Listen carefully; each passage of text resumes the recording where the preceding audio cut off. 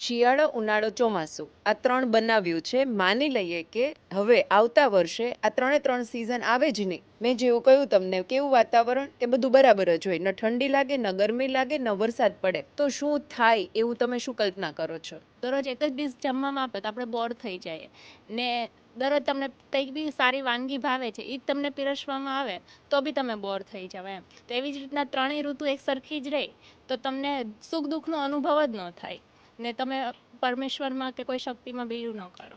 8 મહિના વેધર એવું રહે કે એકદમ ઠંડી અને ગમે ત્યારે વરસાદ આવે. તો એ વેધર જ્યારે અમે એક્સપિરિયન્સ કરીએ ને ત્યારે મજા ના આવે. આમ બોડી આપણું લેઝીનેસ લાગે અને બધા વિટામિન્સ ઘટતા હોય ને એવું લાગે, એટલે આપણે ટેબ્લેટ બી લેવી પડે.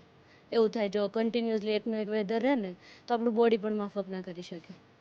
એકને એક ક્રિયા કરીએ તો પછી આપણામાં જે સર્જનાત્મક શક્તિ હોય, બીજી જે અલગ શક્તિ હોય જે ખીલવી જોઈએ તે ખીલે નહીં. બસ એકને એક રૂટીન ચાલે એટલે આપણને લાઈફમાં પણ બોરિંગ થઈ જાય ને જીવન પણ બોરિંગ. એવી રીતના આખી વિશ્વ જે દુનિયા કહી તે બધી બોરિંગ થઈ જાય.